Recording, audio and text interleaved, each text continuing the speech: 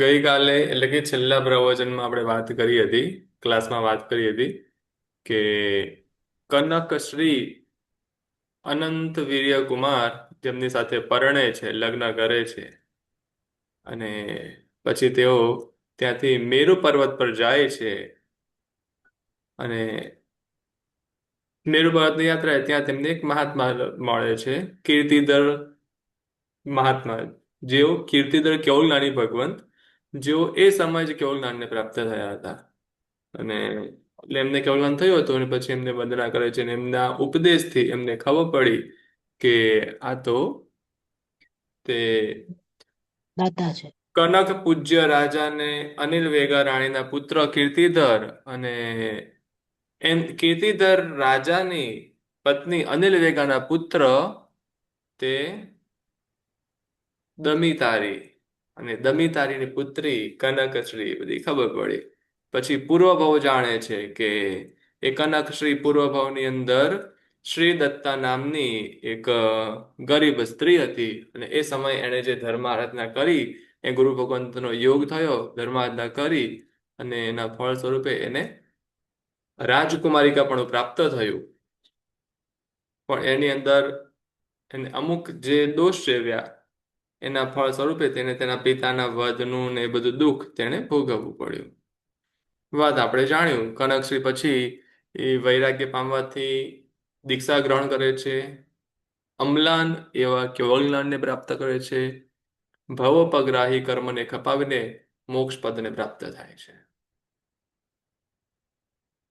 વિવિધ ભોગ ભોગવતા વાસુદેવ અને બળદેવ દેવોની જેમ સુખપૂર્વક કાળ પસાર કરતા હતા અને અપરાજિત બળદેવ હતા, જે શાંતિનાથ ભગવાનનો જીવ છે, અપરાજિત કુમાર બળદેવ.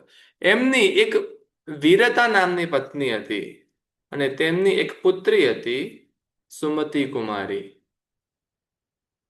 વાત આ આપણે ચાલુ કરી હતી લાસ્ટ ક્લાસમાં. બાળપણથી જ સર્વજ્ઞ ભગવંતે કહેલા ધર્મની અનુરાગી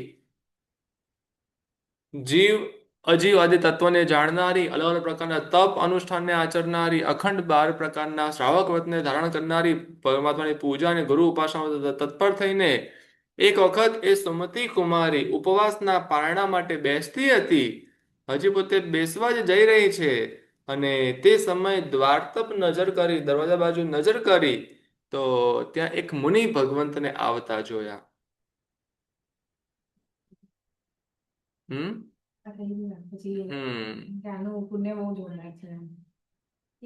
મુનિ ભગવંતને આવતા દેખ્યા અને 3 ગુપ્તી અને 5 સમિતિ વાળા અને જાણે સાક્ષાત ધર્મ હોય તેવા તે મુનિ ભગવાનને પોતાના થાળમાં રહેલા અન્નથી જ તે સુમતિ કુમારી પ્રતિલાભિત કરે છે, વહોરાવે છે.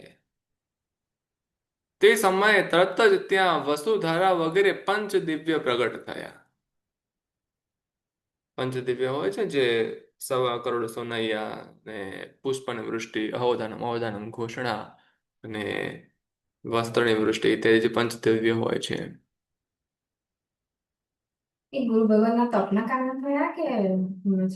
ઉત્તમ ગુરુ અને ઉત્તમ શ્રાવિકા બંનેનો યોગ મળતા થાય. મહાત્માને આપેલું દાન તો કરોડોના કરોડો ગણું થતું હોય છે. મુનિ ભગવંતે તે સ્થાનથી અન્યત્ર વિહાર કરી દીધો, કારણ કે સાધુઓ, નિસંગ સાધુઓ તો પવનની જેમ ક્યારેય એક ઠેકાણે રહેતા નથી હોતા. તેઓએ વિહાર કર્યો અને આ રત્નની વૃષ્ટિના સમાચાર સાંભળી અને બળભદ્ર વાસુદેવ ત્યાં આવે છે. તે તેમને જોઈને બંનેને આશ્ચર્ય થાય છે કે આવું વિશેષ કાર્ય થયું. એમને થયું કે સુમતિ કુમારીનું ચરિત્ર આશ્ચર્યરૂપ છે. તેઓ એવું કહેવા લાગ્યા. એક બાળિકા એક મહાત્માને વરાવને પંચદિવ્ય પ્રગટ થાય એટલે એ બહુ મોટી વસ્તુ કહેવાય. અને આ પ્રમાણે આ પ્રભાવિક બાળિકાને જોઈને વિચારે છે કે આના માટે યોગ્ય વર કોણ થશે, એમ ચિંતવવા લાગ્યા અને પોતાના ઈહાનંદ મંત્રીની સાથે વિચાર કરીને તેઓએ તે બાળિકા માટે સ્વયંવર કરવાનો નિશ્ચય કર્યો કે આપણે આ બાળિકા માટે સ્વયંવર કરીશું. વાસુદેવની આજ્ઞાથી અડધા ભરતક્ષેત્ર, અડધા તે વિજયમાં, એ જે માવતી ક્ષત્રના વિજયમાં હતા ને, તે અડધી વિજયમાં બધે જ રહેનારા સર્વ વિદ્યાધરો અને મનુષ્યના રાજાઓને સ્વયંવરમાં આવવા માટે આમંત્રણ આપવામાં આવ્યું. બધા રાજાઓ આવવા લાગ્યા. વાસુદેવના સેવકોએ તેમની આજ્ઞાથી ઇન્દ્રનું જાણે કે સભાગૃહ હોય તેવો એક 1000 રત્નના સ્તંભ વાળો એવો એક જાણે કે આ પૃથ્વી પરનો જ આખો જાણે કે મંડન હોય, પૃથ્વીની શોભા હોય તેવો એક મંડપ બનાવ્યો અને તેમાં અ, તે જાણે કે ધણધણી ફણાના મણીની લાઈનો ગોઠવેલી હોય તેવી ભ્રાંતિને આપનારા રત્નમય સિંહાસનો ચર્ચાવ્યા. અને વાસુદેવની આજ્ઞાથી તે રત્નના સિંહાસનો ઉપર રાજાઓ પોતાના શરીરની શોભાને કામદેવના જેવા વિદ્યાધરો આવીને ત્યાં બેઠા. દિવ્ય વસ્ત્રો, આ બધા તો બેઠા છે. હવે ત્યાં હા. દિવ્ય વસ્ત્રોના અલંકારોના ધારણને કરનારી દેવી બની. વિચિત્ર રચનાથી રચેલા ખુશ્બુદાર વિલેપનથી અલંકૃત થયેલી મસ્તક ઉપર ચંદ્રના બિંબ જેવું શ્વેત છત્રને ધારણ કરનારી અને સમાન ઉંમરની સખીઓથી અરે. પરિવરેલી સુવર્ણના દંડવાળી સેવિકાઓએ બતાવેલા માર્ગ પર ચાલનારી બલભદ્રની કન્યા સુમતિ કુમારી હાથમાં વરમાળા લઈને ત્યાં આવી છે. આજુબાજુ દેવતાઓની જેમ બેઠેલા વિદ્યાધર રાજાઓની વચ્ચે આવીને સુમતિ કુમારે સુમતિ કુમારીએ સમુદ્ર અને લક્ષ્મીની જેમ સ્વયંવર મંડપની શોભા વધારી. જાણે કે નીલકમળની માળાને રચતી હોય તેમ એ મૃગાક્ષીએ, મૃગાક્ષ એટલે કે હરિણ જેવી આંખો વાળી, એવી રીતે કુમારિકાએ ખાલી દૃષ્ટિ વડે સ્વયંવર મંડપનું અવલોકન કર્યું. અને જેવું એ અવલોકન કરે છે તેવામાં તે સમયે રત્નમય મણિસ્તંભથી સુશોભિત ગગનમાં સૂર્યમંડળની જેમ લટકતું એવું રત્નમય સિંહાસન અને સિંહાસન પર બિરાજિત દેવીએ અધિષ્ઠિત એક સુંદર વિમાન અકસ્માત મંડપના મધ્ય ભાગમાં પ્રગટ થયું. રાજકન્યા સુમતિ, આવેલા રાજાઓ અને વિદ્યાધરના રાજાઓ બધા ખૂબ જ વિસ્મય પામી ગયા. બધા એકદમ આશ્ચર્યચકિત નજરથી તેને જોવા લાગે કે આ અકસ્માતે શું આવ્યું, કોણ આવ્યું, અહીંયા શું થઈ રહ્યું છે આવું. એક વિમાન, વિમાનમાં સિંહાસન અને સિંહાસન ઉપર બિરાજમાન દેવી. તેને એ જે દેવી આવે છે એ દેવીએ જમણો હાથ ઊંચો કરીને સુમતી કન્યાને કહ્યું કે હે મુગ્ધે ધનશ્રી પ્રતિબોધ પામ. નામ ભૂલી ગયા પાછા. સુમતિ કુમારી ધનશ્રી કહી. સાંભળો. પ્રતિબોધ પામ, તું પૂર્વ ભવનું સ્મરણ કર. સાંભળ. અર્ધ પુષ્કરાર્ધ દ્વીપના અર્ધ ભાગમાં જે પૂર્વ પુષ્કરાર્ધ દ્વીપ છે એના ભરત ક્ષેત્રમાં, પુષ્કરાર્ધ દ્વીપના પૂર્વ પુષ્કરાર્ધ દ્વીપના ભરત ક્ષેત્રમાં મધ્ય ખંડમાં વિશાળ સમૃદ્ધિવાળું શ્રીનંદન નામનું નગર છે. અને એ શ્રીનંદન નગરમાં નગરના શરણાર્થી જનોનું રક્ષણ કરવા માટે દિવસ રાત આળસ વિનાના એવા મહેન્દ્રના જેવો મહેન્દ્ર નામનો રાજા હતો. રાજાને પ્રાણથી પણ અતિ પ્યારી, અતિ વલ્લભ, અતિ વહાલી એવી અનંતમતી નામની એક અનંત ગુણપાત્ર એવી રાણી હતી. મહેન્દ્ર રાજા, તેમની અનંતમતી રાણી. એક વખતે અનંતમતી રાણીએ સુખે સુતા સુતા રાત્રિના પાછળના ભાગમાં પોતાના ખોળામાં બે સુગંધી અને નિર્મળ માળા જોઈ.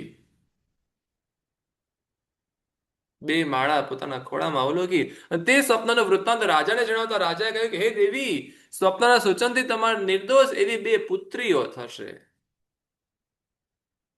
બે પુત્રીઓ જે બહુ જ ઉત્તમ એવી હશે. અનુક્રમે સમય આવતા તેણે બે પુત્રીઓને જન્મ આપ્યો. તેમાં પહેલી પુત્રી હું કનકશ્રી. પાછી આ કનકશ્રી, આ કનકશ્રી અલગ. આ પુષ્કરના પૂર્વ પુષ્કરાર્થ દીપમાં એ મહેન્દ્ર રાજાની અનંતમતી રાણીની પુત્રી કનકશ્રી, અને એ પેલી દેવી કહે છે કે હું પોતે કનકશ્રી, એટલે કનકશ્રી પોતે દેવી. અને બીજી તું ધનશ્રી, એવા નામથી આપણે બે બહેનો હતી. આપણે બંને જણા પરસ્પર પ્રીતિથી સાથે મોટા થયા, સાથે કલા કલાપ ભણ્યા, સાથે યૌવન વયને પ્રાપ્ત થયા. એક વખતે આમ તેમ ક્રીડા કરતા આપણે આપણી સ્વેચ્છાથી આપણે દેવતાની વિશ્રામ ભૂમિ રૂપી ગિરી પર્વત નામના ગુરુજી, પર્વત પર આવી ચડ્યા, અને ત્યાં સ્વાદિષ્ટ ફળ અને સુગંધી પુષ્પોને ચૂંટતી એવી આપણે બંને જણા એક જંગલના પર્વતના જંગલ પ્રદેશની વચ્ચે ફરતા ફરતા હતા. ત્યાં એક મનોહર અતિ એકાંત પ્રદેશમાં અતિ સમતાથી સુશોભિત એવા નંદનગિરી નામના મુનિ ભગવંત આપણા જોવામાં આવ્યા. આપણે નંદનગિરી નામના મહાત્માને જોયા. જી બોલો. આપે જે કીધું ને કે આ જે અનંતમતી રાણીની પુત્રી કનકશ્રી એ આ દેવી પોતે, અને પહેલા જે કનકશ્રી હતી એ શાંતિનાથ ભગવાનનો જે ભવ એટલે દમિતારી રાજાની પુત્રી. એ તો શ્રીધર રાજ કીર્તિધર રાજાએ શાંતિનાથ ભગવાન પાસે દીક્ષા લીધી, અને એમના પુત્ર દમિતારી ને એમની એમની પુત્રી એ કનકશ્રી હતી, અને એ કનકશ્રી તો દીક્ષા લીધીને મોક્ષમાં ગઈ. હા, એટલે આ બે એ રીતે અલગ છે એમ કીધું ને આપે. બે જીવ અલગ છે, હા, બંને સ્થાન અલગ છે. હા. એટલે નંદનગિરી નામના મહાત્મા આપણે જોવામાં આવ્યા, અને મુનિ ભગવાનના દર્શનથી હર્ષ પામીને મુનિ ભગવાનને 3 પ્રદક્ષિણા કરીને ભક્તિપૂર્વક આપણે તેમને વંદના કરી. મુનિ ભગવાને ધર્મ લાભ રૂપે આશીર્વાદ આપી, અને આપણને બંનેને હૃદયને આનંદદાયક એવી દેશના આપી. તે દેશના સામે આપણે બંને અંજલિ જોડીને વિનંતી કરી કે જો અમારામાં યોગ્યતા હોય તો અમને યોગ્યતા પ્રમાણે ધર્મોપદેશ આપો. નંદન મુનિ ભગવંતે આપણી યોગ્યતા વિચારી આપણે બંને રાજકુમારીઓને 12 પ્રકારનો શ્રાવકનો ધર્મ સંભળાયો, એટલે આપણે તે સ્વીકારી લીધો. મુનિ ભગવંતને વંદના કરીને આપણે બંને પોતાના ઘરે આવ્યા, અને આપણે તે ધર્મને સાવધાનપણે તે ધર્મ આરાધવા લાગ્યા.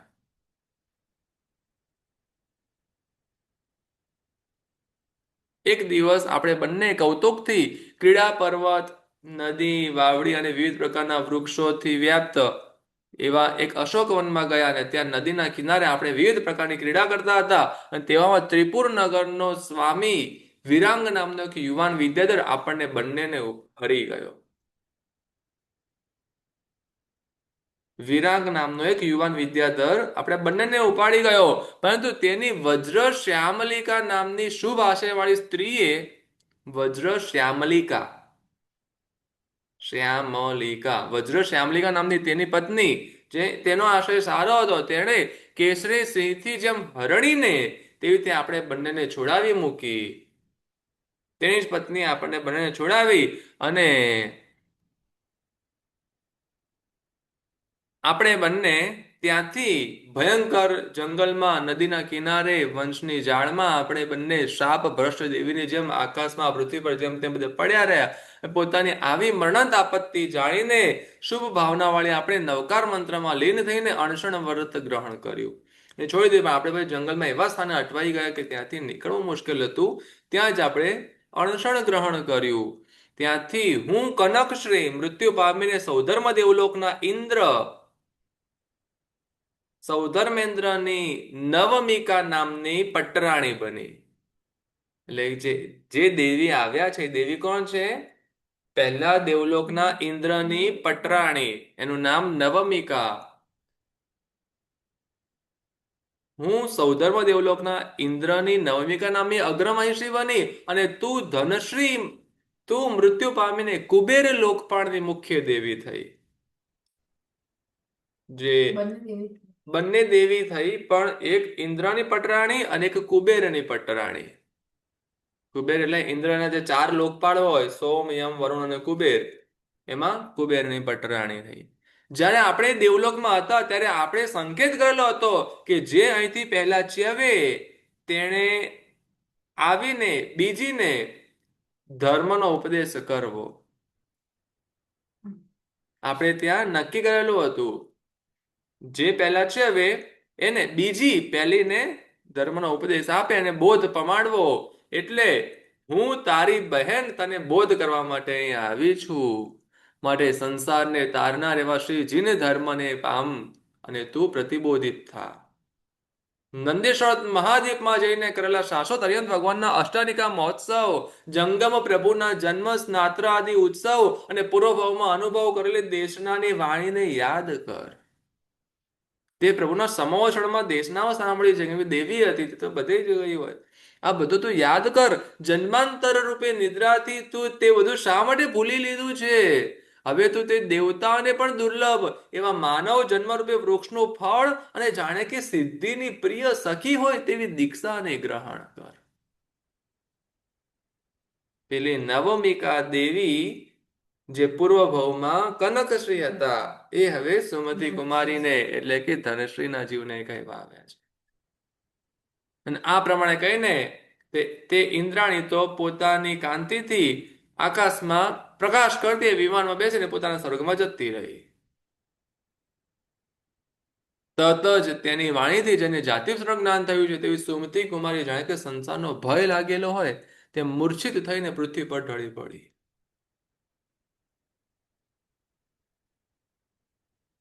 જ્યારે ચંદનના જળથી તેને સિંચન કર્યું અને પાંખના પવનથી પવન નાખ્યો ત્યારે તે બાળિકાને પાછું ભાન આવ્યું અને રાત્રિ પૂરી થવાથી થયેલા સવાર કાળની જેમ તે પછી બેઠી થાય છે.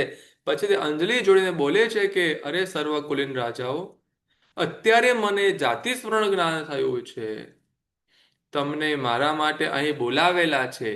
તેથી હું તમારી પ્રાર્થના કરું છું કે તમે મને આજ્ઞા આપો કે જેથી હું સંસારના ભ્રમણરૂપી રોગની ઔષધિરૂપ એવી દીક્ષાને ગ્રહણ કરું. કેમ કે હવે સ્વયંવરમાં આવી છે તો આમ તો એવું હોય કે સ્વયંવરમાં આવ્યા પછી એમને કોઈને તો વરવા જ પડે. પણ જો બધા આજ્ઞા આપે તો પછી હું દીક્ષા લઈ શકું. એટલે બધાને વિનંતી કરી. તે સાંભળીને સર્વ રાજાઓ બોલ્યા કે હે અનઘે, એટલે કે હે પાપ વિનાની સ્ત્રી. અનઘ શબ્દનો અર્થ એવો થાય પાપ વિનાની, એટલે કે હે એવી નિર્મળ સ્ત્રી, તથાસ્તુ અમે તને આજ્ઞા આપીએ છીએ કે તારું ઈચ્છિત નિર્વિઘ્ન થાવ. પછી વાસુદેવ અને બળભદ્રએ ખુશ થઈને તેની મોટી સમૃદ્ધિ તેના ઉત્સવ સર્વ ઉત્સવોમાં શિરોમણી એવો નિષ્ક્રમણ ઉત્સવ કર્યો. દેવરાજ ઇન્દ્ર અને યક્ષરાજ કુબેરની મુખ્ય દેવીઓએ આવીને તેની પૂજા કરી. એની દીક્ષામાં ઇન્દ્રાણી આવે છે અને કુબેરની દેવી આવે છે. તેથી સર્વ સાધ્વી સ્ત્રીઓ પણ ઇન્દ્રને પણ પૂજ્ય છે. પછી એટલે પછી તેવી સાધ્વીજીઓ જે અમને લીધી બધા એમને વંદના કરે છે. અને પછી સુવ્રત મુનિ ભગવાન પાસે જઈને 700 કન્યાઓની સાથે તેણે મોક્ષ વૃક્ષની જાણે કે એક નહેર હોય એવી દીક્ષાને ગ્રહણ કરી. સંવેગથી ભાવિત અને આત્મારૂપી કમળના ધ્યાનમાં ભ્રમરી રૂપી તે સુમતિ કુમારીએ આ સેવન શિક્ષા અને ગ્રહણ શિક્ષા બંને પ્રકારની શિક્ષા ગ્રહણ કરી. વિવિધ પ્રકારનો તપ કર્યો. આ પ્રમાણે કેટલોક કાળ પસાર થયા પછી એક પગથિયા ચડે છે. એ પગથિયાનું નામ હતું ક્ષપક શ્રેણી. ક્ષપક શ્રેણી પર આરૂઢ થાય છે અને મોક્ષ લક્ષ્મીના દૂત જેવું કેવલદાન પ્રાપ્ત કર્યું. અનેક જીવોને ભવ્ય જીવોને બોધ પમાડી ભવ ઉપગ્રાહી કર્મનો ક્ષય કરી તે સુમતિ સાધ્વી અવ્યય પદ એટલે કે મોક્ષ પદને પ્રાપ્ત થઈ. કનકશ્રી મોક્ષમાં ગઈ, સુમતિ કુમારી મોક્ષમાં ગઈ. હવે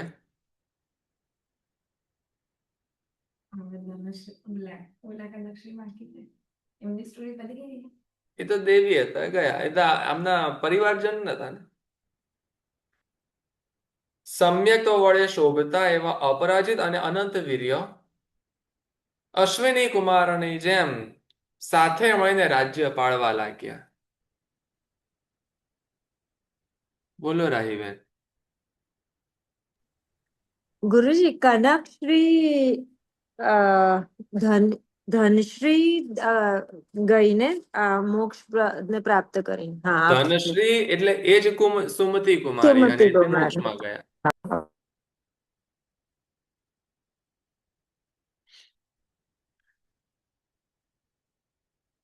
સાથે મળીને રાજ્ય પાળી રહ્યા છે અપરાજિત અને અનંતવીર્ય કુમાર.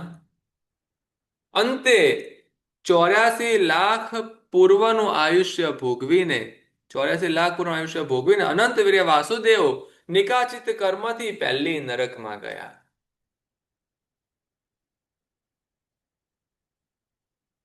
ત્યાં 42,000 વર્ષ સુધી નરકની વિવિધ વેદનાઓ તેઓએ સહન કરી. ગુરુજી કેમ નરકમાં કેવી રીતના? ભાઈઓ સાથે જ હતા, આટલું બધું મોહ રાખતા હતા. વાસુદેવ હમ નરકમાં જ ગયા, પણ નરકમાં વાસુદેવ કેમ ગયા ગુરુજી? કારણ કે એટલે કોઈ અનંતવીર્ય વાસુદેવ છે ને, વાસુદેવ નિકાચિત કરો, એઓ નિયાણાથી જ તે વાસુદેવની પદવીને પામે અને નિયાણું કર્યું છે, અને એટલે પોતે કોઈ પણ પ્રકારના વ્રતમાં ન રહી શકે એટલે તેઓ નરકમાં જાય ફિક્સ. પણ એમના કર્મ બહુ એટલા ઓછા કે તેઓ પહેલી જ નરકમાં ગયા, અને આયુષ્ય પણ બહુ મિનિમમ 42,000 વર્ષનું. પણ એવું નિકાચિત કયું કર્મ બંધ. એમને નિયાણાથી જ તે વાસુદેવની પદવી પામી હતી. વીરતીને ન પામે અને યુદ્ધ આદિ બધું કરવું પડે, એ બધું વાસુદેવ પોતે જ કરે.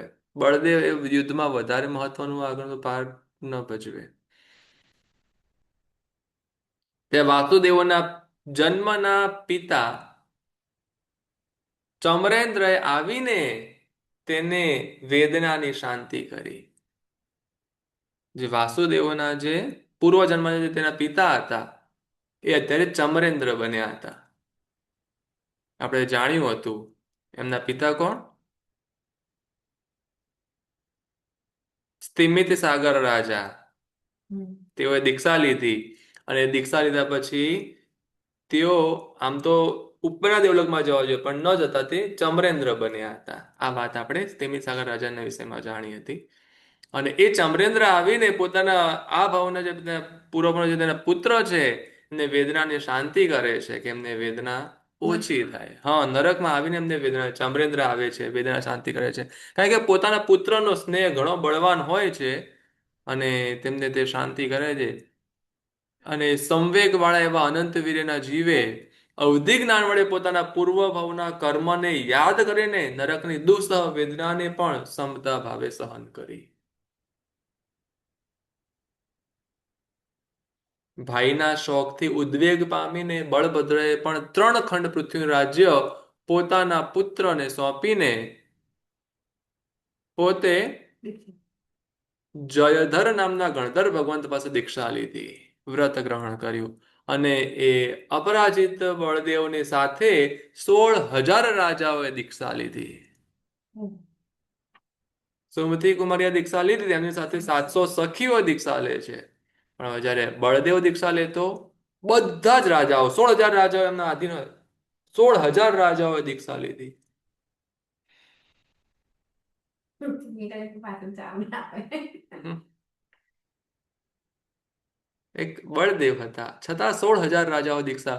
મહાપુરુષને અનુસંધાન પુરુષોત્તમ પણ મહાફળને પામતા હોય, અને અનેક પરીસહોને સહન કરતા બળભદ્રએ લાંબા કાળ સુધી તપશ્ચર્યા કરી, છેવટે અણસણ કર્યું, મૃત્યુ પામીને 12મા દેવલોક અચ્યુત દેવલોકના ઇન્દ્ર થયા.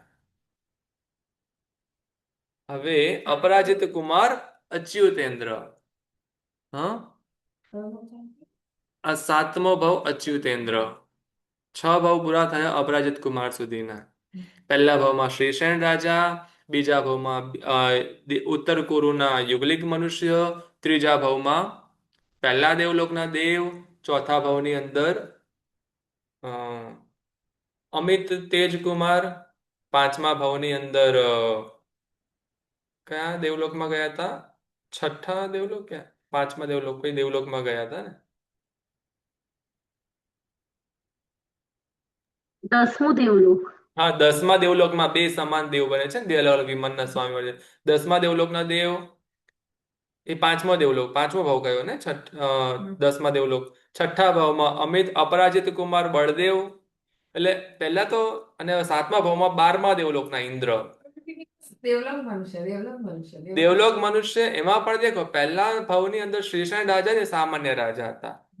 પછી બીજો ભાવ તો દેવલોકનો થયો તો ઠીક, ત્રીજા ભાવમાં બીજો ભાવ મનુષ્યનો થયો તે ઠીક, એ એના કરતા વિશેષ ભાવ, શ્રીશૈણ રાજા કરતા યુગલિક મનુષ્યનો ભાવ વિશેષ. પછી ત્રીજો ભાવ પાછો દેવલોકનો થયો, પણ ચોથો ભાવ એ પોતે એથી મોટા વિદ્યાધર રાજા બન્યા, એટલે એથી મોટી પદવી. પાંચમા ભાવમાં પોતે દેવલોકમાં ગયા, એ તો એથી મોટું દેવલોક. છઠ્ઠો ભાવ એથી મોટું બળદેવની પદવી. સાતમા ભાવમાં એથી મોટું બારમા દેવલોકના ઇન્દ્રપણાની પદવી. એટલે 1 થી 7 સુધી દેખવા જઈએ તો ઉપર ઉપર ઉપર ઉપર એમની ગ્રાફ ચડતો જ ગયો છે. પરિણામ. પાંચમામાં ગુરુજી પ્રાણદ દેવલોક હતું. હા, ગુરુજી 10મો દેવલોક એ જ પ્રાણદ દેવલોક. એના ગુરુજી પોતે ફરીથી સમૃદ્ધિશાળી દેવ બને છે.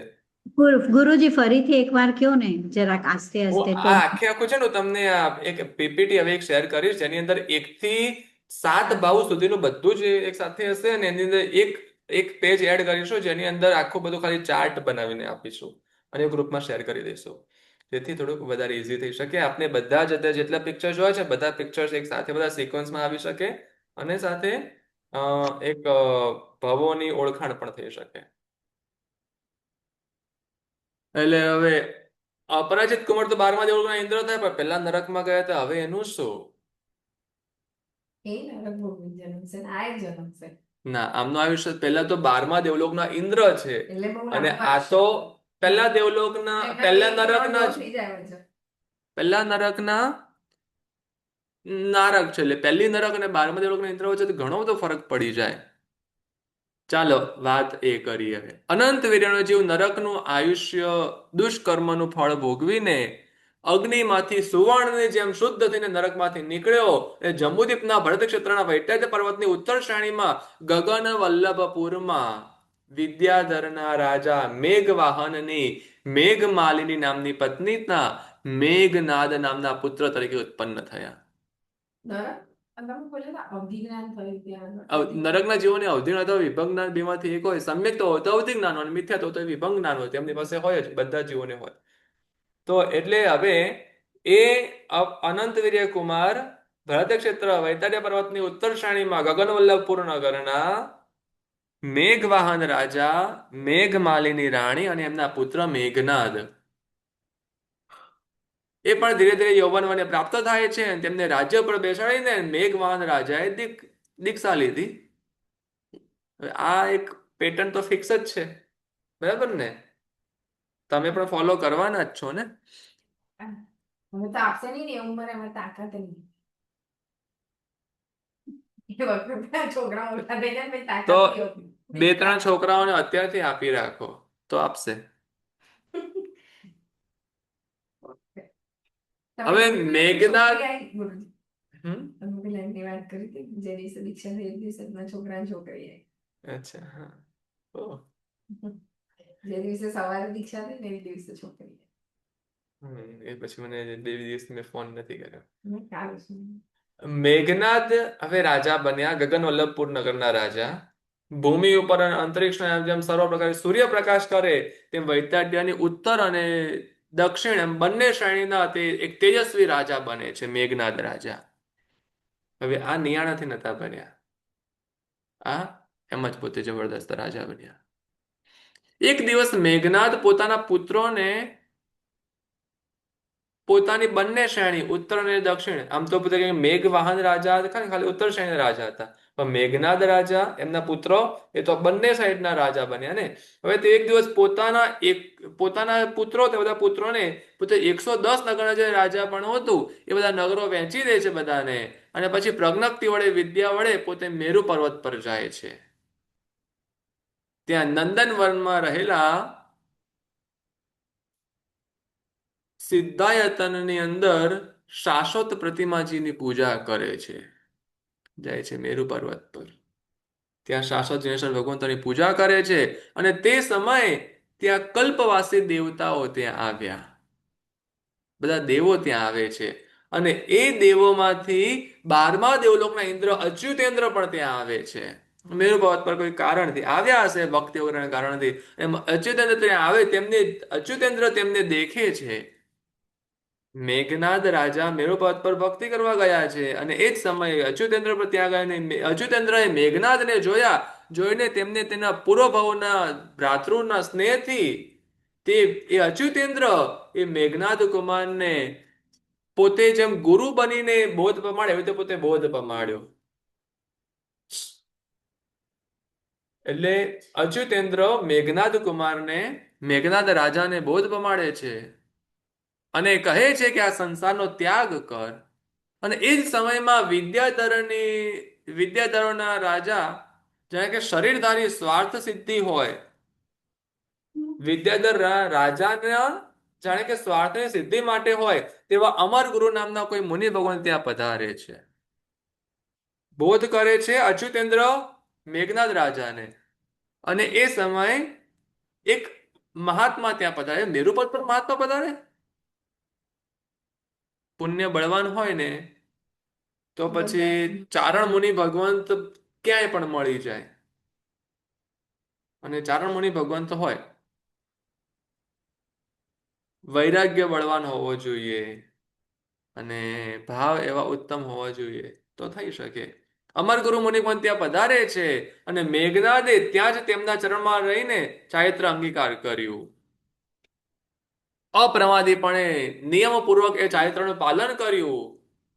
અને હવે એ મેઘનાદ રાજામાંથી મેઘનાદ મુનિ બન્યા હતા. તે મેઘનાદ મુનિ નંદનગીરી નામના પર્વત ઉપર આરૂઢ થઈને એક રાત્રિની પ્રતિમા લઈને તેઓ ધ્યાન મુદ્રામાં રહ્યા હતા.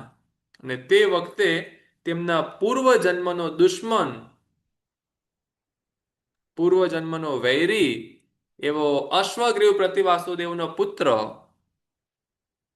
જે લાંબા કાળ સુધી ભવભ્રમણ કરીને દૈત્યપણાને પામ્યો હતો, તેણે તે કૌશગમાં રહેલા, તે ધ્યાનમાં રહેલા તે મેઘનાદ મુનિને જોયા. મેઘનાદ મુનિ કોણ છે તો ખબર છે ને? હવે હવે એ પોતે ધ્યાનમાં રહેલા છે, નંદનગીરીના પર્વત ઉપર ધ્યાનમાં રહેલા હતા. અને એ સમય પેલો અશ્વગ્રીવ પ્રતિવાસુદેવના પુત્ર તેમને દેખે છે. અને અશ્વગ્રીવ પ્રતિવાસુદેવ ખબર છે, યાદ છે? પોતે જયારે અમિત તેજકુમાર હતા ને, એ સમયે અમિત તેજકુમાર અને શ્રી વિજયકુમાર બે હતા. એટલે કે ત્રિપુરુષ વાસુદેવના પુત્ર શ્રી વિજયકુમાર તે મેઘનાદ હતા. અને બે પુત્રો હતા. આ બાજુ અશ્વગ્રીવ રાજા હતા, પેલું સિંહ વાળો ને ખેતર વાળો ને એ બધું હા, એ વાળું. તે ત્રિપુરુષ વાસુદેવ એ અશ્વગ્રીવને મારે છે. એટલે ત્રિપુરુષ વાસુદેવને અશ્વગ્રીવ સાથે દુશ્મની થઈ હતી. તો ત્રિપુરુષ વાસુદેવના પુત્ર શ્રી વિજય અને અશ્વગ્રીવના પુત્ર તે એની શ્રી વિજય સાથેની દુશ્મની. કારણ કે પિતાની પુત્ર દુશ્મની થાય તો પછી એ દુશ્મની પરંપરામાં પુત્ર સાથે આવે એમ. એટલે તે વાસુદેવના પુત્ર શ્રી વિજય હતા, તેમની દુશ્મની પાછી એ અશ્વગ્રીવના પુત્ર સાથેની પણ દુશ્મની રહેલી હોય. એટલે એમને હવે એ સમય ત્યાં તો કઈ ન કરી શક્યા, કારણ કે ત્યાં તો એની પાસે બળ હતું. પણ અહીંયા હવે આ અશ્વગ્રીવનો પુત્ર દેવ બનેલો હતો, દૈત્યપણાને પામેલો હતો. તેણે હવે મેઘનાદ મુનિને જોઈને તેને ઉપસર્ગ કરવાની શરૂઆત કરી. ઉપસર્ગ કરે છે, પણ તો પણ તેને ચલિત કરવા માટેના ઘણા પ્રયત્ન કરે છે, પણ એ જરાય પણ ચલિત થયા નહીં. હવે દંતઘાતથી શું પર્વત જરાય પણ કંપાયમાન થાય? દંતી એટલે કે દાંત વાળો, એટલે કે હાથી. હાથી એ દાંતથી પર્વતને આમ ઠોક ઠોક ઠોક ઠોક કરે તો એ દાંતના પ્રહારથી પર્વત હલી જાય ખરો? ન હલે. એવી રીતે એ મેઘનાદ મુનિ એ દૈત્યના ઉપસર્ગોથી જ્યારે પણ ચલાયમાન થતા નથી.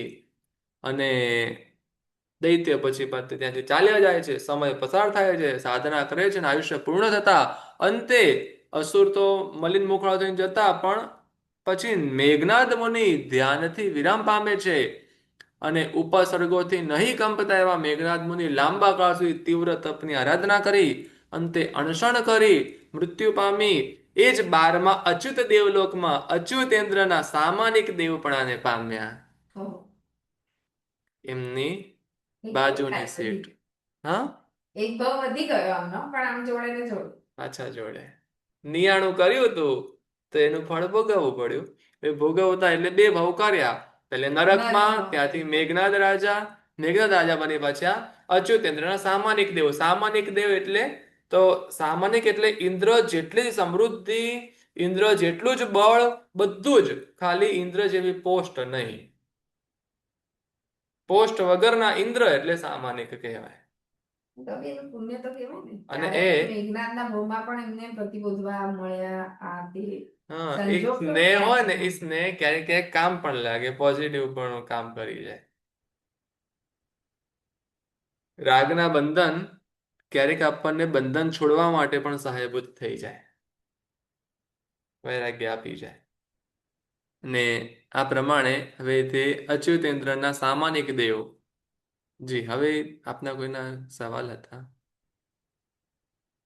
ગુરુજી, આપે કીધું ને કે મેઘનાદ રાજા એ નિયાણું થી નતા બન્યા, તો એ તો એની પહેલા એમને નિયાણું કરેલું ને, એ એમને આમાં ભોગવ્યું. આપ એમ કે એ નરકમાં ભોગવ્યું, વાસુદેવ હા. પછી મેઘનાદ રાજા બન્યા. અને એટલે મેઘનાદ આ રાજા, અનંત વીર્ય વાસુદેવ રાજાનો જીવ એ મેઘનાદ રાજા બન્યા, બરાબર? એટલે અનંત વીર્ય પહેલી નરકમાં, ત્યાંથી મેઘનાદ રાજા, અને ત્યાંથી હવે અચ્યુતેન્દ્રના સામાનિક દેવ. ઓકે.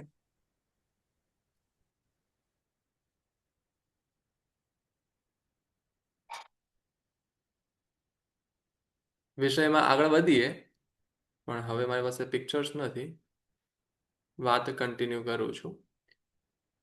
જમ્બુદ્વીપ, પૂર્વ મહાદેવ ક્ષેત્ર, સીતા નદીના કિનારે, દક્ષિણ કિનારે, સાઉથ કિનારે, જમ્બુદ્વીપના જ પૂર્વ મહાદેવ ક્ષેત્રની વાત છે. ને ત્યાં મંગલાવતી નામની વિજય, નામ સાંભળેલું હશે, ફર્યા પણ હશો. આ ભાવમાં કદાચ યાદ નહીં હોય, ખાલી થોડુંક જૂનું યાદ આવી જાય તો યાદ આવી પણ જાય.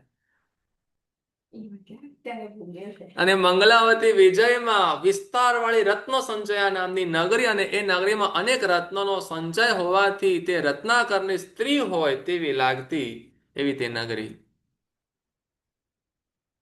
એ રત્ન સંચય નગરીમાં લક્ષ્મીનો યોગ અને ક્ષેમ કરનાર, એટલે કે લક્ષ્મીનું પાલન પોષણ કરનાર, યોગ કરવો એટલે કે નવું પ્રાપ્ત કરવું, ક્ષેમ કરવું એટલે કે પ્રાપ્ત થયેલું રક્ષણ કરવું, યોગક્ષેમ કરનાર એટલે કે નવી લક્ષ્મીનો ઉપાર્જક અને ઉપાર્જન કરેલ લક્ષ્મીનું રક્ષણ કરનારા, અને પવનની જેવો બળવાન એવા ક્ષેમંકર નામના રાજા હતા. અને આ રાજાનું નામ ખાસ યાદ રાખવા જેવું છે. ક્ષેમંકર રાજા પુષ્પમાળા જેવી કોમળ અને રત્નમાળા જેવી નિર્મળ રત્નમાળા નામની એમની એક રાણી હતી. ગુરુજી, રાજાનું નામ ફરી બોલો ને. ક્ષેમંકર રાજા અને રત્નમાળા રાણી.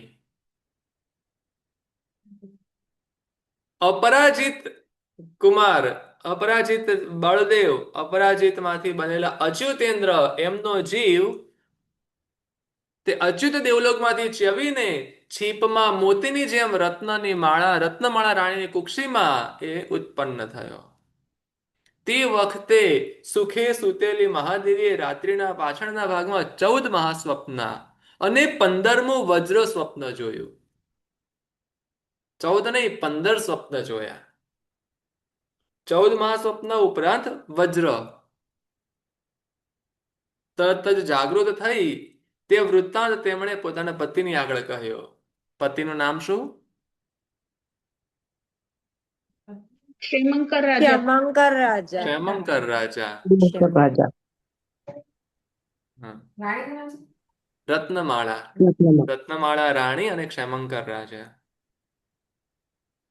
એટલે અચ્યુતેન્દ્ર હવે શું થશે? વાત થોડી તો તમને ધ્યાનમાં આવી ગઈ. ચક્રવર્તી. ચક્રવર્તી થશે ને? 14 સ્વપ્ન આવ્યા. 15 સ્વપ્ન આવ્યા છે. હા, પણ એટલે 14 ઝાંખા ને પેલું 15મું વજ્ર, એટલે વજ્ર ઝાંખા એટલે ચક્રવર્તી. જોઈએ. વજ્ર એટલે ચક્રવર્તી. ક્ષેમંકર રાજાએ કહ્યું કે તમારે ઇન્દ્ર જેવો વીર એવો ચક્રવર્તી પુત્ર થશે. ગર્ભ સમય પૂર્ણ થતા છઠ્ઠા લોકપાળની જેવા લોકોત્તર પરાક્રમી અને પવિત્ર આકૃતિવાળા એક પુત્રને તેણે જન્મ આપ્યો. જ્યારે તે પુત્ર ગર્ભમાં હતો ત્યારે દેવીએ સ્વપ્નમાં જે વજ્ર જોયું હતું, તેથી પિતાએ એનું વજ્રાયુધ નામ પાડ્યું. શું નામ પાડ્યું? વજ્રાયુધ. લોકોત્તર શરીર વાળો એવો વજ્રાયુધ, લોકોની નજરના દોષને દૂર કરવા માટે લલાટ ઉપર વિઘ્નનાશક આભૂષણ પહેરી અને દિવસે દિવસે મોટો થવા લાગ્યો. એવો કે હવે એવો રૂપવાન અને એવો બળવાન એવો સ્વરૂપ આમ કે એની સામે બધા ફીકા પડે. ધીરે ધીરે મોટો થાય છે. આ કથા ખાસ ધ્યાનથી સાંભળજો, એક વિશેષ સરપ્રાઈઝ આવશે. વજ્રાયુધ કુમાર અનુક્રમે તે સુર, અસુર અને માનવોની સ્ત્રીઓના હૃદયને મોહક એવો યૌવન વયને પ્રાપ્ત થયો. સર્વ કળા સાગરનો પાર પામી ગયો.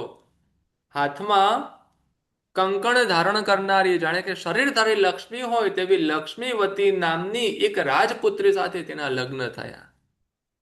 લગ્ન પણ થઈ ગયા. કોના? ગુજરાતી. વજ્રાયુધ કુમારના લગ્ન થયા. પત્નીનું નામ લક્ષ્મીવતી. લક્ષ્મી. અનંત વીર્યનો જીવ અચ્યુત દેવલોકમાંથી ચ્યવીને મેઘનું જળ આકાશમાંથી પૃથ્વી પર આવે તેમ લક્ષ્મીવતીને કુક્ષીમાં એ અનંત વીર્યનો જીવ આવે છે. બાપરી. હવે એ ઇન્દ્ર અને સામાનિક કે પછી બે ભાઈઓ હવે પિતા પુત્રના સ્થાને આવશે ને.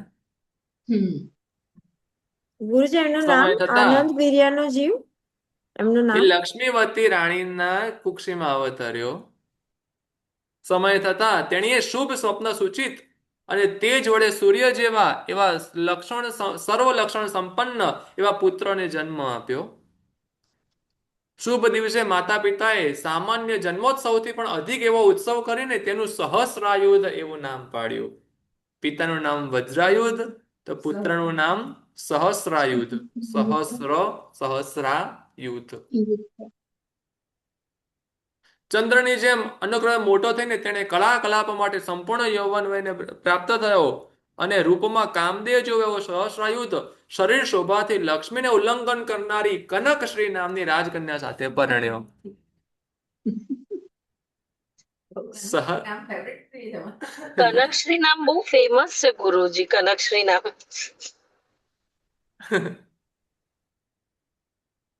એટલે એ સહસ્રાયુધના પત્નીનું નામ કનકશ્રી અને એમની સહસ્રાયુધની માતાનું નામ લક્ષ્મી. લક્ષ્મીવતી અને લક્ષ્મી. એના પિતાનું નામ વજ્રાયુધ. વજ્રાયુધ. હજી વજ્રાયુધ રાજા નથી, ક્ષેમંકર રાજા છે. વજ્રાયુધ રાજકુમાર છે ને એમના પુત્રના એ લગ્ન થઈ ગયા. એના પુત્રના સહસ્રાયુધના લગ્ન કનકશ્રી સાથે થયા અને તે સ્ત્રીથી તેને પરાક્રમમાં મહાબળવાન એવો સંપૂર્ણ નર લક્ષણ સંયુક્ત એવો શતબલ નામનો પુત્ર થયો.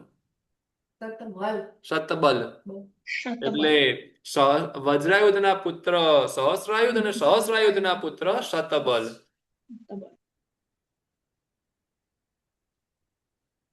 એક વખતે ક્ષેમંકર રાજા પોતાના પુત્ર, પૌત્ર, પ્રપૌત્ર, મંત્રી, મિત્ર અને સામંતોની સાથે સભામાં બેઠા હતા. તે સમયે ઈશાન દેવલોકમાં દેવતાઓની વચ્ચે ચર્ચા થઈ. બીજા દેવલોકમાં દેવતાઓની વચ્ચે ચર્ચા થઈ કે આ પૃથ્વીમાં વજ્રાયુધના જેવો કોઈ દૃઢ સમ્યક્તોધારી નથી. આવી ચર્ચા થઈ બીજા દેવલોકમાં. વચન પર અને આ વચન ઉપર ચિત્રશૂળ નામના એક દેવને શ્રદ્ધા આવી નહીં. એવા સમ્યક તો શું હવે આપણે આમ હલાવી દઈએ. હા, ચિત્રચૂળ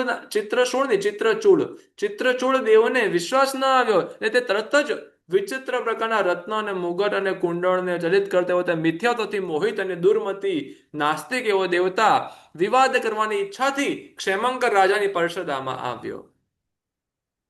ક્ષેમંકર રાજા છે, ત્યાં વજ્રાયુધ તો હજી રાજકુમાર છે, યુવરાજ કે હજી કોઈ જે પણ હશે હજી કોઈ વિશેષ પદવીધર નથી. એમના પુત્ર છે ને એમના એ પૌત્ર છે એટલે એ વજ્રાયુધ પણ તેમ તો દાદા બની ગયા છે. અને પણ હજી પરદાદા રાજા પણ અને રાજપાટ પર છે, રાજા છે એટલે ક્ષેમંકર રાજા છે. એ નાસ્તિક દેવતા વિવાદ કરવાની ઈચ્છાથી ક્ષેમંકર રાજાની પરિષદામાં આવ્યો. તે વખતે પરિષદામાં વિચિત્ર પ્રકારના આલાપ સંલાપો ચાલી રહ્યા હતા. બધા લોકો અલગ અલગ પ્રકારની બધી વાતો કરી રહ્યા હતા અને તે સાંભળીને આસ્તિકતાના ઉદ્યોત ઉપર આક્ષેપ કરતો તે દેવ ગર્વથી કહે છે. પેલો એ પોતે એવો દેખાવ કરે છે કે આ બધા જેટલી આ આસ્તિકતા છે ને એના ઉપર તો બધો કચરો છે, કાંઈ જ નથી. આસ્તિકતાના પ્રકાશ ઉપર જ ડાઉટ કરતો હતો એ દેવ તો. શ્રદ્ધા ધર્મ જેવું કંઈ હોતું જ નથી એવો દેવ કહે છે. એ દેવ કહે છે કે આ જગતની અંદર પુણ્ય પાપ જીવ પરલોક કાંઈ પણ નથી. જેવો આસ્તિકતાની બુદ્ધિથી ફોકટના ક્લેશને પામે છે. અને તે સાંભળીને નિષ્કપટ સમ્યક્ત્વને ધારણ કરનારા વજ્રાયુધે કહ્યું, અરે આવું પ્રત્યક્ષ પ્રમાણથી વિરુદ્ધ વચન કેમ બોલો છો? જે ક્લિયર દેખાઈ રહ્યું છે એનાથી આવું રોંગ કેમ કહી રહ્યા છો? તમે જ અવધિજ્ઞાન વડે તમારા પૂર્વજન્મના સુકૃતના ફળ રૂપી તમારો વૈભવ જોઈ લો. તમે એવું જે કંઈ વિશેષ કાર્ય કર્યું છે એના ફળ સ્વરૂપે જે તમને આ ભાવ મળ્યો છે, તો આ ભાવથી તમે તમારા એ સુકૃતને તમારા પૂર્વ ભાવના સારા કરીને તમે પોતે જ જોઈ લો. જોતા આવડતું. કારણ કે દેવ હતા. અચ્છા, એટલે એ ખબર પડી ગયેલી સભામાં કે દેવ તરીકે જ આવ્યા. એ તો દેવ જ આવ્યો હતો. અચ્છા, રૂપ બદલી કરીને કઈ ના, અને રૂપ બદલી કરીને આવ્યા હતા. આ તો હવે એના બાપના બાપ છે એટલે એ કઈ તો ચિંતાળું હતું જ નહીં. પણ સીધા સીધા જ આવ્યા હતા, દેવ જ આવ્યા હતા. એટલે તે કહે છે કે તમે જોઈ લો. એટલે અને છે ને વજ્રાયુધ કુમારની વાત કરીએ ને તો શેષણ રાજાના ભાવમાં એમની પાસે સમ્યક પેલું અવધિ જ્ઞાન ન હતું. એના પછી યુગલિક મનુષ્ય ત્યારે અવધિ જ્ઞાન નહોતું. પહેલા દેવલોકમાં જે પોતે દેવ બન્યા ને ત્યારે અવધિ જ્ઞાન પ્રાપ્ત થયું ને, એ અવધિ જ્ઞાન અમિત તેજ રાજાના ભાવમાં પણ એમની પાસે હતું. પછી ત્યાંથી પોતે જે અપરાજિત કુમાર બળદેવ બને છે ત્યાં પણ એમની પાસે અવધિ જ્ઞાન હતું. ને હવે વજ્રાયુધ કુમાર બને છે અત્યારે પણ એમની પાસે અવધિ જ્ઞાન છે. એટલે એમની પાસે અવધિ જ્ઞાન, બાકીના દેવ ભાવમાં તો અવધિ જ્ઞાન હતા, આ ભાવમાં પણ અવધિ જ્ઞાન હતા. હા, એટલે અવધિ જ્ઞાન એમની પાસે સાથે રહેલું જ છે. ઇન્ટરનેશનલ રોમિંગ પેકેજ ફ્રી છે.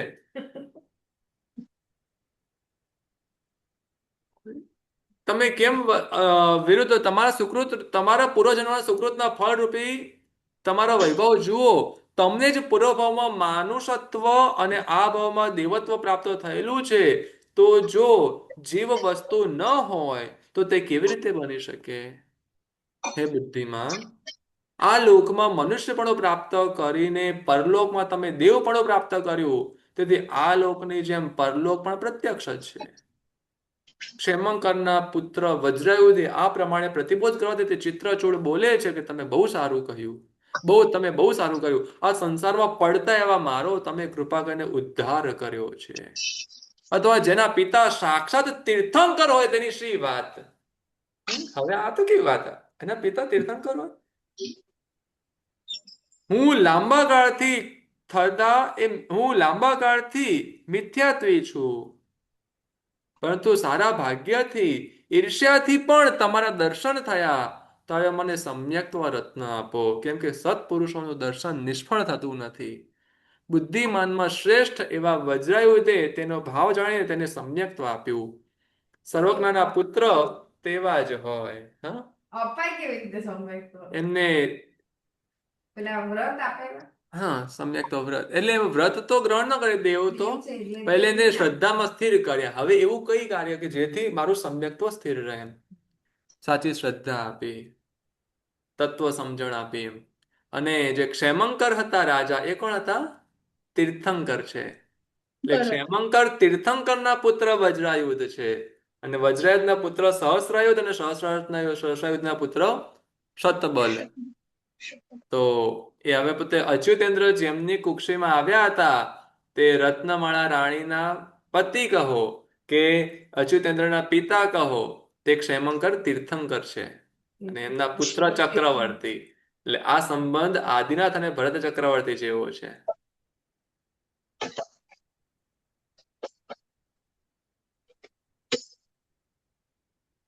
ફરીથી ચિત્રચૂડ કહે છે કે હે કુમાર, આજથી હંમેશા હું તમારો આજ્ઞાકારી છું, તો પણ આજે કંઈક માંગી લ્યો. આમ તો હંમેશા હું તમારો સેવક છું. આ મનુષ્ય છે તે પેલો સામેથી દેવ એમનો સેવક બનવા, પણ આજે તમે કંઈક માંગી લો. કેમ કે ઉપકારી છે તેમને કંઈક તો. વજ્રાયુધે કહ્યું, હું તમારી પાસે એટલું માંગુ છું કે તમારે આજથી દૃઢ સમ્યક્ત્વ ધારી થવું.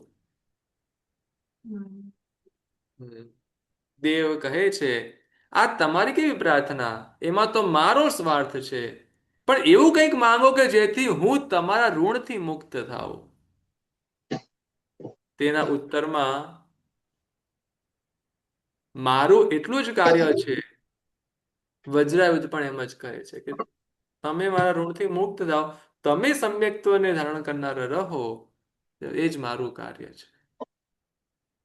એટલે તે દેવની જેવા નિષ્પ્રભ વજ્રાયુધને દિવ્ય અલંકારો આપ્યા. પછી ચિત્રચૂડે ઈશાન ઇન્દ્રની સભામાં આવીને કહ્યું કે તમે દૃઢ સમ્યક્તધારી વજ્રાયુધની જે પ્રશંસા કરી હતી તે ઘટે જ છે. તે વખતે એ વજ્રાયુધ મહાત્મા ભાવિ તીર્થંકર થશે એવું કહેતો ઈશાનપતિ વજ્રાયુધની સ્તુતિ કરવા લાગી. તીર્થંકરના પુત્ર તો છે, પણ અહીં તો એ પોતે જે ભાવિના તીર્થંકર છે તે રીતે તેમની ત્યાં સ્તુતિ થઈ. આવી રીતે વિચિત્ર ગોષ્ઠી અને સુંદર ક્રીડા કરતા વજ્રાયુધ વૃદ્ધિમાન દેવોની જેમ સુખમગ્ન રહેવા લાગ્યા.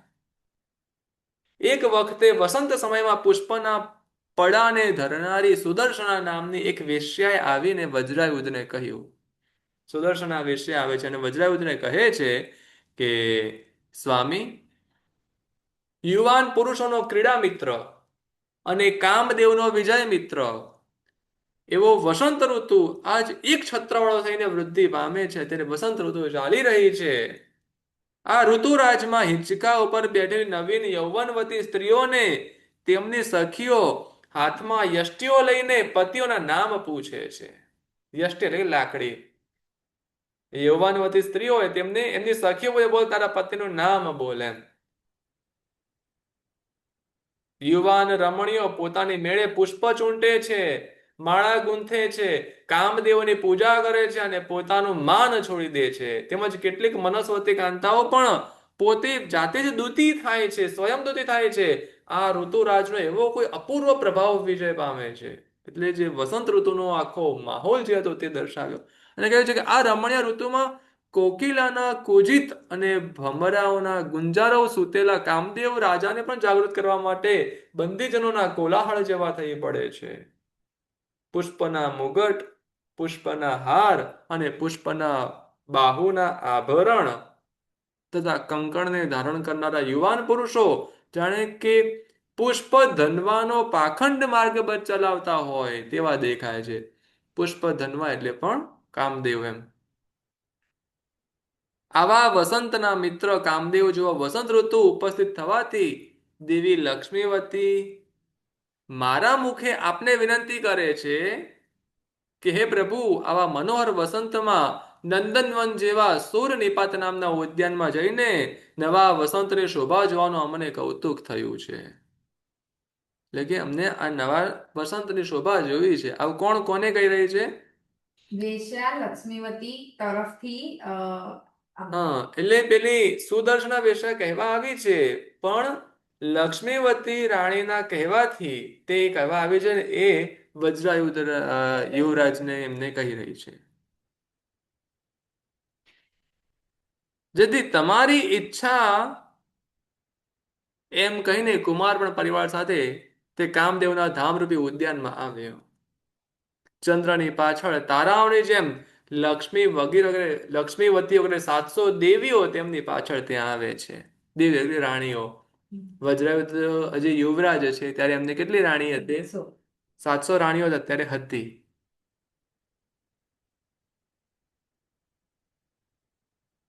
હવે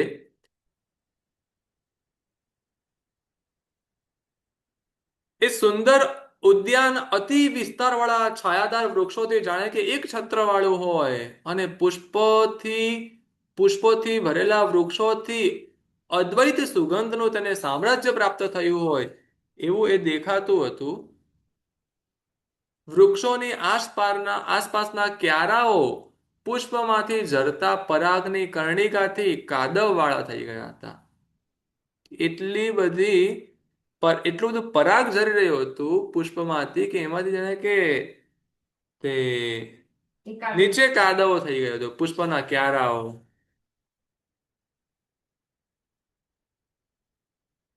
ફળના ભારથી નમેલા વૃક્ષોની શાખાઓ ભૂમિને સ્પર્શ કરતી હતી અને તે ઉદ્યાનમાં કુમાર વજ્રાયુધ અંતઃપુર સાથે કોઈ ઠેકાણે ઉત્કંઠિત મને અને કોઈ ઠેકાણે યોગીની જેમ ગુફામાં બેસીને પોતે ક્રીડા કરવા લાગ્યા. અને ઉદ્યાનના વિહારથી થાકી ગયેલી સ્ત્રીઓને લઈને તે પ્રિયદર્શન કુમાર એટલે કે વજ્રાયુધ કુમાર, એટલે કે જેના દર્શન પ્રિય છે તેવો તે વજ્રાયુધ કુમાર જળ ક્રીડા કરવા માટે એક વાવડીમાં ગયો. હવે આ બધું કહી કેમ રહ્યા છે? પછી ગયા જ્યાં આપણે ગયા ફર્યા, શું છે? બનવાનું હોય એટલે જ કીધું. હવે તે જળ ક્રીડા માટે વાવડીમાં ગયો. નંદીશ્વર દ્વીપની વાવડી જેવી સુંદર મજાની એ વાવડીમાં એ શ્રમનો નાશ કરવા માટે કુમારે પોતાની પત્નીઓ સાથે પ્રવેશ કર્યો અને ગિરી નદીમાં હાથીની જેમ પોતાની પ્રિયાઓની સાથે તે જળ ક્રીડા કરવા માટે પોતે પ્રવૃત્ત થયા. જળ ક્રીડામાં થતા હાથના આઘાત વડે ઉડેલા હારના મોતી અને જળ બિંદુઓમાં કાંઈ પણ અંતર જણાતું ન હતું. જળમાં રમતી અંતઃપુરની સ્ત્રીઓના મુખનો અને સુવર્ણ કમળોનો મિત્રોની જેમ ઘણે કારે પરસ્પર યોગ્ય સંગમ થઈ ગયો. અને એ હરણ જેવી આંખોવાળી એ સ્ત્રીઓ ઉપર અંજલિ, શીંગડી અને ગંડૂશ વગેરે થતા જળના પ્રહારથી કામદેવ એ જળના શસ્ત્રોને ધરનારો થઈ પડ્યો. એકચ્યુઅલી આ બધા કામદેવના શસ્ત્રો છે, શીંગડી, ગંડૂશ વગેરે. ગંડૂશ એ શું છે? કોગળો કરવો તેને ગંડૂશ કહેવાય. એટલે પછી શીંગડી એટલે કે પિચકારીઓ. આ બધું એ કામદેવના જાણે કે શસ્ત્ર હોય એમ. આસપાસ પથરાઈ ગયેલી એ કામિનીઓની કેશવેણી જાણે કે કામદેવે ધ્વજા માટે તૈયાર કરેલી મીન હોય તેવી દેખાવા લાગી. જળ ક્રીડાથી શાંત થઈ થાકી ગઈને પાણીના કિનારે વિશ્રામ લેવા જતી કેટલીક ગૌરાંગી રમાઓ એટલે ગૌરવર્ણી એવી સ્ત્રીઓ જાણે કે જળ દેવીઓ હોય તેવી દેખાતી હતી. સુંદર ભ્રુકુટીવાળી બાળિકાઓના નેત્રો પોતાના સાપત્ય કમળ એટલે કે કાંઈક રાતા એવા કમળના સંઘર્ષણથી જાણે કે રોષિત થઈ ગયા હોય, જાણે કે કમળ ગુસ્સામાં ના આવી ગયા હોય એટલે લાલાશ થઈ ગયા હોય તેવી દેખાઈ રહી હતી. અને તેમ જળના છાંટાથી પોતે એવા થઈ ગયેલા હતા. અને મદગંધી વન હસ્તીના મદથી જળની જેમ વાવડીનું જળ પણ મૃગાક્ષીઓના અંગરાગથી સુગંધિત થઈ ગયું હતું. આ પ્રમાણે શત્રુઓના ભયના અસ્થાનરૂપ એટલે કે જ્યાં કોઈ પ્રકારનો કોઈ દુશ્મનોનો કોઈ ભય નથી, કોઈ ચિંતા નથી, કોઈ ટેન્શન નથી, એવા પ્રકારના એ વજ્રાયુધ કુમાર ભરપૂર જળ ક્રીડામાં વ્યગ્ર થઈને રહ્યા હતા. તે સમયે પૂર્વજન્મના જે તેમના દુશ્મન હતા દમિતારી, યાદ છે ને દમિતારી? એ દમિતારી પ્રતિવાસુદેવનો જીવ અપરાજિત કુમારની સામે જે દમિતારી હતા અનંતવીર્ય અને અપરાજિતના, એટલે દમિતારીની પુત્રી કનકસેની જે અનંતવીર્ય પરણ્યા હતા, અપરાજિત કુમારે શું કર્યું હતું? એવું કઈ વિશેષ કાર્ય નતું કર્યું, અનંતવીર્ય કુમારને સપોર્ટ કર્યા હતા. એ દમિતારી પ્રતિવાસુદેવનો જીવ લાંબા કાળ સુધી ભાવ ભ્રમણ કરીને દેવપણાને પ્રાપ્ત થઈ અને વિદ્યુત દ્રષ્ટ નામનો પ્રખ્યાત દેવ થયો હતો. વિદ્યુત દ્રષ્ટ વજ્રાયુધ કુમાર અહીંયા પોતાની રાણીઓ સાથે જળ ક્રીડા કરી રહ્યા છે અને પેલો દેવ છે તે ત્યાં આવે છે. હવે શું થશે? વજ્રાયુધને જોઈને બરાબર દાઢ ઘસે છે અને તે દેવ, અરે આ જીવ તો ક્યાં જાય છે એમ ક્રોધથી પોતે વિચારવા લાગ્યો. આને જવા દેવાય, આ તો મારો દુશ્મન છે, આને તો ચૂરે ચૂરા કરી નાખવાના છે. એટલું બધું એને કઈ લાગ્યું નહીં. ભલે દીકરીને આવી રીતે લઈ ગયો પ્રતિવાસુદેવ, આ બધા પાછળ ને પાછળ કન્ટિન્યુએશનમાં આવે છે.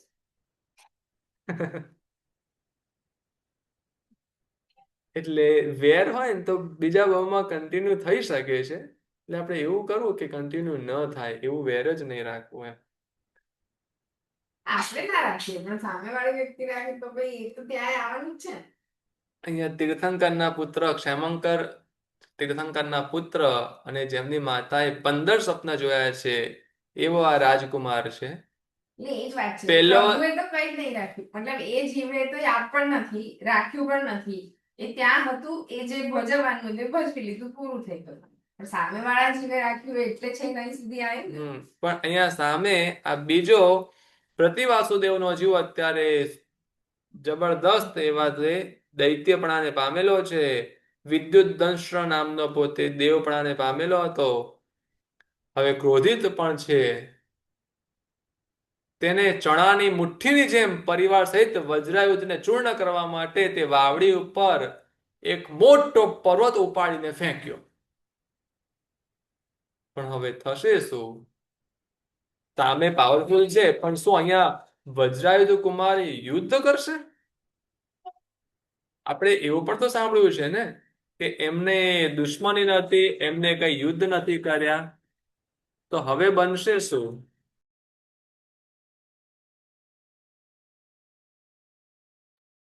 તો એ વિદ્યુત દંષ્ટ્રએ આખો પહાડ ઉપાડીને ફેંકી દીધો છે.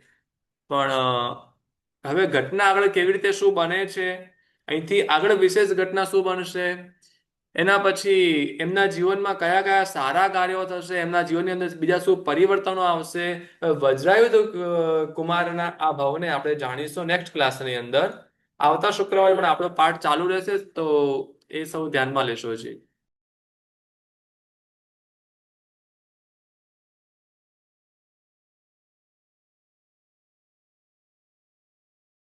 પાઠ પૂર્ણ કરીશું, સૌ સાથે મળીને સર્વમંગલ બોલીશું. સર્વમંગલ માંગલ્યમ સર્વકલ્યાણકારિણમ પ્રધાનમ સર્વધર્માણામ જૈનમ જયતિ શાસનમ. પ્રણામ ગુરુજી. પ્રણામ. પ્રણામ. પ્રણામ ગુરુજી, સાતમાં રહેજો. પ્રણામ. પ્રણામ.